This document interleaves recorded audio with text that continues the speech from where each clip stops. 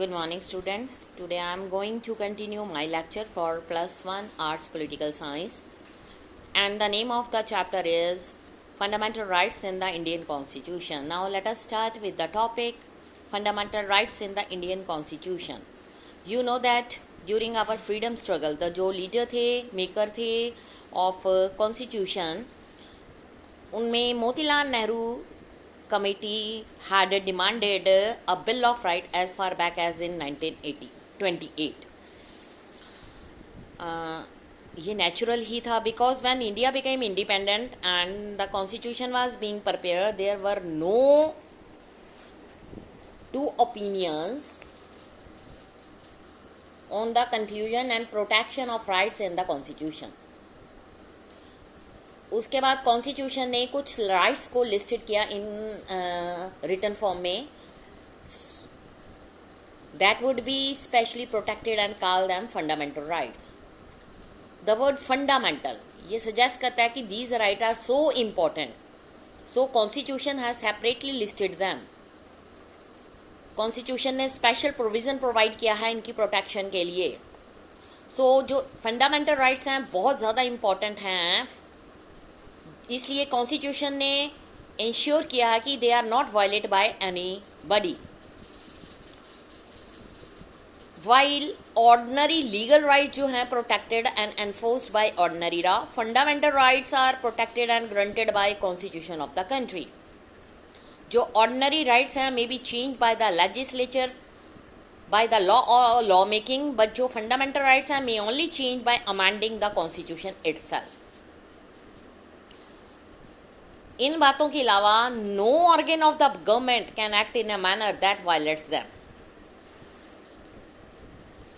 इसी तरह से यहाँ पर एक बताया गया bill of rights in south African constitution.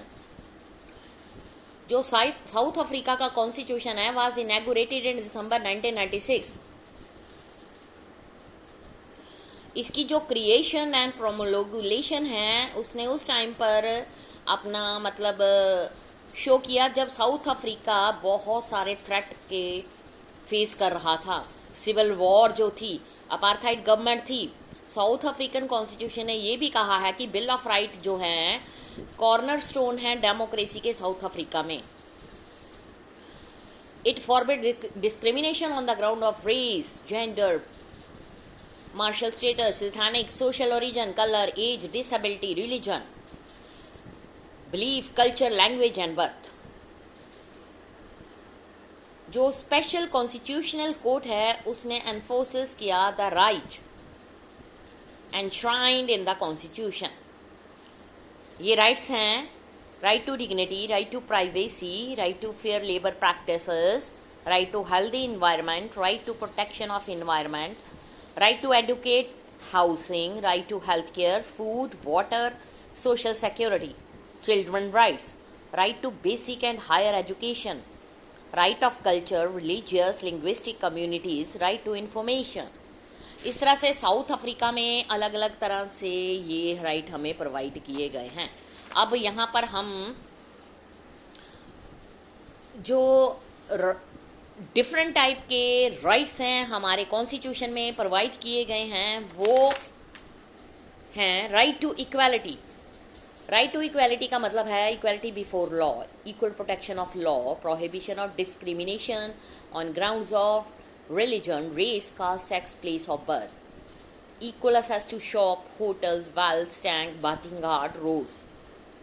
उसके अलावा इक्वालिटी ऑफ अपॉर्चुनिटी जो है इन पब्लिक एम्प्लॉयमेंट, अनटचेबिलिटी को अबॉलिश करना, टाइटल्स को अबॉलिश करना, that are under the category of rights to equality. Now let us start with right to freedom. We know that right to freedom is a cluster of several rights like protection of right to freedom of speech and expression, assemble peacefully, form association, move freely throughout the territory of India, reside, settle in any part of India, practice any profession, to carry on any occupation, trade or business. Next है protection in respect of conviction for offences, right to life, personal liberty, right to education, protection against arrest, detention in certain cases. Next है right against exploitation. इसमें आ जाएगा prohibition of tariff, traffic in human rights and human beings and forced labor.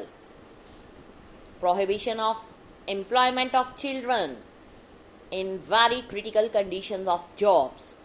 उसके बाद आएगा right to freedom of religion, freedom of free profession, practice, propagation of religion, freedom to manage religious affair, freedom to pay taxes for promotion of any particular religion, freedom to attend religious instruction, worship in certain educational institution. Next है culture and educational rights. इसका मतलब है protection of language, culture, minorities, right of minorities to establish educational institution. Next है right to constitutional remedies. इसका मतलब ये हुआ कि right to move courts to issue directions और the writ for enforcement of rights. अब इसके बाद आएगा कि जो हमें राइट्स हैं मिले हुए हैं, इसमें ये प्रोवाइड करते हैं equal access to public places, जैसे कि like shop, hotel, public bath, ghats, places of entertainment, places of worship. Any discrimination, there cannot be any discrimination in sex on the grounds only on the religion, race, caste, sex or place of birth. Even ये discrimination को रोकती है in public employment. ठीक है. उसके बाद अब इसमें एक और है, कुछ राइट्स ऐसे भी हैं जिसमें state shall confer no title on a person except who excel themselves in military or academic field. So all are equal before law. Status and equality of opportunity. Equality of opportunity का मतलब क्या हुआ कि सभी जो society में रहते हैं enjoy equal opportunity and status. There is no any kind of inequality. इसलिए जो कॉन्स्टिट्यूशन है वो क्लैरिफाई करता है कि जो गवर्नमेंट है can implement special schemes and measures for improving the condition of certain sections like SC, BC, backward classes, OBC. So in Article 16(4), a policy like reservation will not be seen as a violation of right to equality. Next उसमें आ जाएगा right to freedom. We know that right to freedom is a cluster of several rights like freedom of thought, expression and action. So freedom is defined in such a manner that every person will enjoy her freedom without threatening freedom to others, without endangering the law. उसके बाद आ जाएगा right to life and personal liberty. इस right में among rights to freedom is the right of life and personal liberty. No one can be arrested without being the ground for such an arrest. If arrested तो क्या होता है, the person has the right to defend himself by a lawyer of his own choice. It is also mandatory for the police to take that person the nearest magistrate within 24 hours. ये magistrate जो है police का part नहीं होता, वो ही decide करेगा whether the person is justified और नॉट. जो ये राइट है is not just confined to guarantee again taking of an individual's life, but ये क्या होता है, बहुत सारी एप्लीकेशंस को कंसीडर किया जाता है. इसमें आ जाता है अलग अलग तरह के rights like right to live with human dignity, okay, and free from exploitation. जो कोर्ट है उसने ये भी कहा है कि right to shelter and right to livelihood जो है उसको भी राइट टू लाइफ में कंसीडर करना चाहिए, क्योंकि कोई भी पर्सन जो है can not live without the means of living, means of livelihood. It is very mandatory for all. Next है preventive detention. इसका मतलब क्या हुआ, ये कहा जाता है कि अगर पर्सन को अरेस्ट किया जाता है आफ्टर ही और she has reportedly committed some offence, तो इसमें क्या होता है, अगर there are exceptions to this कि some time a person can be arrested simply out of an apprehension, so he or she is likely to engage in unlawful activity, imprisoned. उसमें क्या होगा, without following the above mentioned procedures.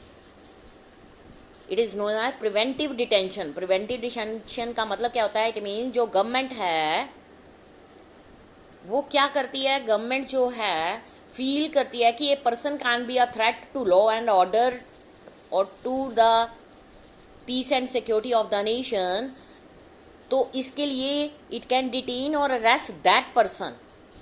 सिर्फ ये होता है कि preventive detention can be extended only for 3 months. उसके बाद क्या होता है, आफ्टर 3 months इस केस को बिफोर एन एडवाइजरी बोर्ड के सामने लाया जाता है. प्रिवेंटिव डिटेंशन के अकॉर्डिंग इफेक्टिव टूल जो हैं वो गवर्नमेंट के हाथ में होते हैं to deal with anti social elements. ठीक है, उसके बाद क्या हो जाता है, if misuse again people for reasons which are really justified, तो ये गवर्नमेंट का राइट है कि वो हम लोगों को, ह्यूमन बींग्स की right to life and personal liberty and provision to preventive detention को प्रोटेक्ट करके रखें. ये चैप्टर यहीं, ये टॉपिक यहीं पर फिनिश करते हैं. नेक्स्ट हम स्टार्ट करेंगे अदर फ्रीडम्स, हमें कौन कौन सी और फ्रीडम कॉन्स्टिट्यूशन द्वारा प्रोवाइड की गई हैं. Thank you students.